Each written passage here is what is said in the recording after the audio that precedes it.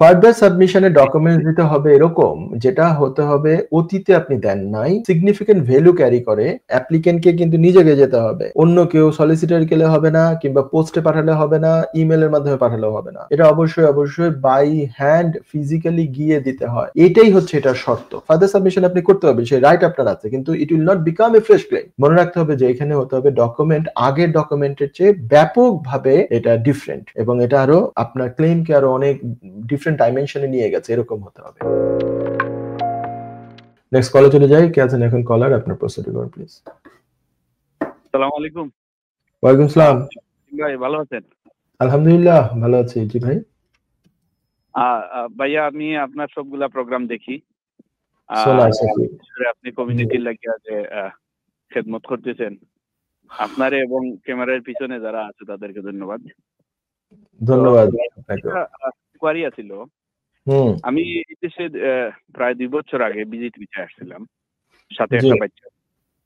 তো ভিজিট ভিসায় আসার পরে আমি এখানে আমার আর একটা বাচ্চা হয় এবং অ্যাসাইলাম ক্লেম করি আর কি। অ্যাসাইলাম ক্লেম করার পরে একটা বাচ্চা হয়। তো প্রায় 2 বছর হয়েছে। তো এখন আমার নেক্সট জুলাইয়ে আমার জুলাইয়ের ফার্স্ট উইকে আমার ফার্স্ট ইয়ার হিয়ারিং এর ডেট আর কি। তো কুইকলি সব প্রসেসিং গুলা চলতেছে বর্তমানে। তো আমার প্রশ্ন হলো যে ছোট বাচ্চা, যেহেতু আমি ভিজিট ভিসায় আসছি, ছোট বাচ্চার বয়স 2 বছর হয়েছে, তো আমি যদি কোনো কারণে ফার্স্ট ইয়ার ট্রাইব্যুনালে রিফিউজ হই, পরবর্তীতে ফার্দার সাবমিশন আমি কয়বার করতে পারবো, ওইটাই হলো আমার একটা প্রশ্ন। আর আমার ক্রেডিবিলিটি ইস্যুতে আমার রিজেক্ট করছে আর কি। তো ফার্দার সাবমিশনে মানে মানে এইটা একটু প্রসেসটা একটু বলবেন। আসলে ফার্দার সাবমিশনে নিউ এভিডেন্স কি, আসলে কি দেওয়া যায়? ওকে, এখানে হচ্ছে ফার্স্ট ইয়ার ট্রাইব্যুনালে যদি আপনার আপিলটা ডিসমিস হয়ে যায়, তাহলে নেক্সট স্টেপ হচ্ছে যে আপনি চাইলে এটাকে আপার ট্রাইব্যুনালে, ফার্স্ট ইয়ার ট্রাইব্যুনালেই পারমিশন চেয়ে অ্যাপ্লাই করতে হবে আপার ট্রাইব্যুনালে যাওয়ার জন্য, সেটা করতে পারেন। সেটা যদি সাকসেসফুল হয় তাহলে নতুন করে হিয়ারিং হবে আপার ট্রাইব্যুনালে, সেটা এরর অফ ল এর উপরে হিয়ারিং হবে। তারপরেও যদি ধরেন এইটা পারমিশন পেলেন না, তাহলে আপার ট্রাইব্যুনালে পারমিশন অ্যাপ্লিকেশন করা যায় আপার ট্রাইব্যুনালে আপিল করার জন্য।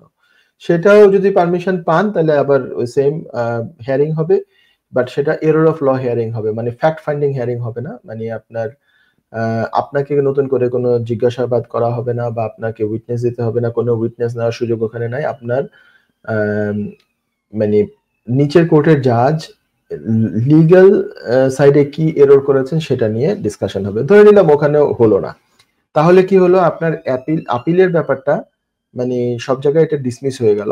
আপনার আপিল রাইটস এক্সস্টেড বলা হয় এটাকে, আপিল রাইটস এক্সস্টেড হয়ে গেল। হয়ে যাওয়ার পরে এক পর্যায়ে যদি ধরে নেন মানে ফার্দার সাবমিশন, আপনি বলেছেন যে কি ধরনের ডকুমেন্টস দিলে সেটা ফার্দার সাবমিশন হয়। ফার্দার সাবমিশনে ডকুমেন্টস দিতে হবে এরকম যেটা হতে হবে অতীতে আপনি দেন নাই, এবং সেই ডকুমেন্ট এখন এটা খুব সিগনিফিকেন্ট ভ্যালু ক্যারি করে যে অতীতে কেন আপনি দেন নাই, হতে পারে অতীতে সেটা তখন এই জিনিসটা অ্যাভেলেবেল ছিল না, এটা নতুন করে এসছে। যেমন অতীতে আপনার নামে ধরেন পলিটিক্যাল অ্যাসাইলাম কেউ করেছে, তার নামে 3টা মামলা ছিল ওই সময়, তার নামে ওয়ারেন্ট ছিল বা এরকম। এখন কি হয়েছে, এই মামলাগুলো জাজমেন্ট হয়ে গেছে এবং আরো 2টা এক্সট্রা মামলা হয়েছে, অথবা বাই দিস টাইম কি হয়েছে, ওনার আরো কিছু অন্যান্য ঘটনা ঘটেছে যে দেশের মামলা এখানে কেস হেরে গেছে, এই জন্য তার মেন্টালি উনি খুবই আপসেট অবস্থা, শুধু না সাধারণ আপসেট না, ওনার মনে করেন যে সাইকিয়াট্রিকের রিপোর্ট আমাদেরকে সাথে দিতে হচ্ছে। সাইকিয়াট্রিক বলছে যে উনি যদি, ওনার মধ্যে সুইসাইডাল টেন্ডেন্সিও চলে এসছে, উনি এই ধরনের কিছু আসছে, যেই সাইকিয়াট্রিকের রিপোর্টটা অতীতে দেওয়া হয় নাই। তাহলে এটা একটা মানে নতুন ধরনের ডকুমেন্ট, যেই ডকুমেন্ট অতীতে আইদার দেওয়া হয় নাই, কেন ওই সময় এই জিনিসটা ছিল না, অ্যাভেলেবেল ছিল না। এটা আপিলটা হয়ে যাওয়ার পরে জিনিসগুলা সামনে আসছে বা নতুন জিনিস অ্যাড হয়েছে আপনার ক্লেইমের মধ্যে, এটাকে বলা হয় ফার্দার সাবমিশন। ফার্দার সাবমিশনে ডকুমেন্টস দিলে, ডকুমেন্টস কিভাবে দিতে হয়, ফার্দার সাবমিশন অ্যাকচুয়ালি করতে হয় লিভারপুলে গিয়ে। লিভারপুল নামক একটা এলাকা আছে অনেক দূরে, নর্থে, আপনারা যারা সাউথে থাকেন তাদের জন্য এটা নর্থে। লিভারপুল স্ট্রিট একটা জায়গা আছে লন্ডনে, সেটা না, কিন্তু লিভারপুল নামক একটা সিটি আছে খুব ফেমাস। অনেক মানে ম্যানচেস্টারের পরে ওইদিকে। লিভারপুলে একটা ফার্দার সাবমিশন ইউনিট আছে, তাদেরকে ফোন করে এবং ইমেল করে অ্যাপয়েন্টমেন্ট নেওয়া লাগে। সেই অ্যাপয়েন্টমেন্ট নিয়ে সেই অ্যাপয়েন্টমেন্টের দিন এই ডকুমেন্ট সহ নিজেকে যেতে হয়, অ্যাপ্লিকেন্টকে কিন্তু নিজেকে যেতে হবে, অন্য কেউ সলিসিটর গেলে হবে না, কিংবা পোস্টে পাঠালে হবে না, ইমেলের মাধ্যমে পাঠালেও হবে না। এটা অবশ্যই অবশ্যই বাই হ্যান্ড ফিজিক্যালি গিয়ে দিতে হয়। এটাই হচ্ছে এটার শর্ত। এটা অন্য মাধ্যমে কোনো রিপ্রেজেন্টেটিভের মাধ্যমে করা যায় না। হ্যাঁ, আপনি চাইলে লয়ার সাথে নিতে পারেন, সেই প্রভিশন আছে, কিন্তু আপনাকে মাস্ট যেতেই হবে। ঠিক আছে? তো এইভাবে করে এটাকে যে নতুন যে ডকুমেন্টস দেওয়া হয় কতবার করা যায় আসলে? ওকে, আসতেছি উত্তর দিব। এই অংশ আমি প্রশ্নগুলো মনে রেখেছি। ফার্দার সাবমিশনটা তারপরে ওরা দেখবে যে এইটা কি আগের সাবমিশন থেকে সিগনিফিকেন্টলি কোনো ডিফারেন্ট কিনা, বা আরো নতুন কোনো ভ্যালু অ্যাড করেছে এবং এটা তার ক্লেইমের মধ্যে বড় কোনো ইম্প্যাক্ট আনতেছে, তখন ফার্দার সাবমিশনটাকে পরিণত করা হয় ফ্রেশ ক্লেইমে।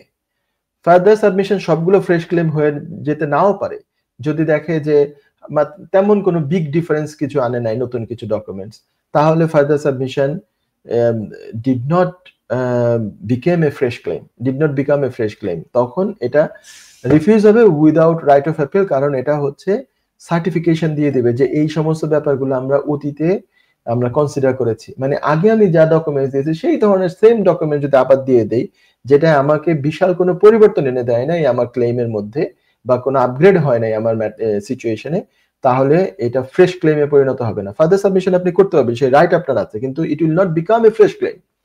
ঠিক আছে? ফ্রেশ ক্লেম যদি হয়, সচরাচর ফ্রেশ ক্লেম যদি রিফিউজও হয়, তাহলে হচ্ছে এখানে আবার আপিলের রাইট হওয়ার কথা আছে। কারণ হচ্ছে যে এইটা দেখতে হবে যে এইটা আপনার কতটুকু মানে significantly different than the documents which was produced before. তো এটা যদি হয় তাহলে নতুন আপিল আছে, then you will carry on with the appeal, you will try to win the appeal, that's it. আপনি আমাকে এডিশনাল কোয়েশ্চেন করেছেন ফার্দার সাবমিশন কতবার করা যায়, কোন রকমের লিমিটেশন দেয়া নাই।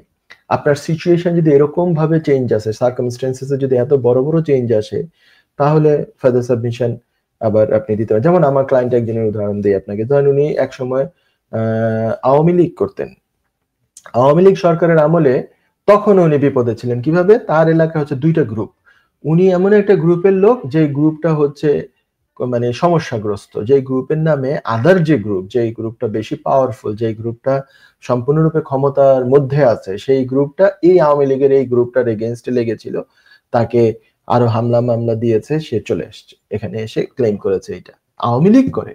কিন্তু আওয়ামী লীগের গ্রুপিং এর কারণে, গ্রুপিং এর একটা রাজনীতি থাকে অনেক জায়গায় বাংলাদেশে, সেইটার কারণে সে খুবই বিপদগ্রস্ত ছিল, সে চলে এসছে, সে এখানে ধরেন কেসটা শেষ পর্যন্ত হেরে গেছে এখানে। হঠাৎ করে আবার 5ই আগস্টের পরে আওয়ামী লীগের এখানে গ্রুপ বলে কোনো কথা নাই, দুই গ্রুপই এখন বিপদে আছে, সব গ্রুপই বিপদে আছে। আওয়ামী লীগের গ্রুপ থাকতে পারে জায়গায় জায়গায়, কিন্তু এখন তারা সকলেই বিপদে আছে, এবং তার বাড়িতে আবার নতুন করে হামলা হয়েছে, তার বাড়ি জ্বালিয়ে দিয়েছে ধরে নেন, কিংবা তাকে আরো 4টা-5টা মামলা দেওয়া হয়েছে, তার নামে মামলা আছে এখন। তাহলে কি ওই এই জিনিসগুলো তো আর অতীতে তখন ছিল না, এই জিনিসগুলো তো তার ওই আগের মানে 5ই আগস্টের আগে যে তার আপিল হয়েছে বা অ্যাসাইলাম ইন্টারভিউ হয়েছে, সবকিছু হয়েছে, এইগুলোতে এটা আনতেই পারে নাই, কারণ তখন এই ঘটনাই ঘটে নাই। তো 5ই আগস্টের পরে এইগুলো ঘটার পরে এখন এই সমস্ত ডকুমেন্টস নিয়ে এইটা এখন হচ্ছে তার একটা ফার্দার সাবমিশন হতে পারে। তো ফার্দার সাবমিশন আপনি কোট করার রাইট আছে বারবার, কিন্তু আপনাকে মনে রাখতে হবে যে এখানে হতে হবে ডকুমেন্ট আগের ডকুমেন্টের চেয়ে ব্যাপকভাবে এটা ডিফারেন্ট, এবং এটা আরো আপনার ক্লেমকে আরো অনেক ডিফারেন্ট ডাইমেনশনে নিয়ে গেছে, এরকম হতে হবে। ঠিক আছে? আশা করি আপনি প্রশ্ন উত্তর পেয়েছেন। মানে ফার্দার সাবমিশন কতবার করা যায়, এই প্রশ্নের সোজা উত্তর হচ্ছে there is no such limitation. Okay, কোনো নির্দিষ্ট করে বলা নাই এতবারের বেশি করা যাবে না। ঠিক আছে? এটা আপনার সিনারিও, আপনার সার্কামস্টেন্সের উপর ডিপেন্ড করে। Thank you.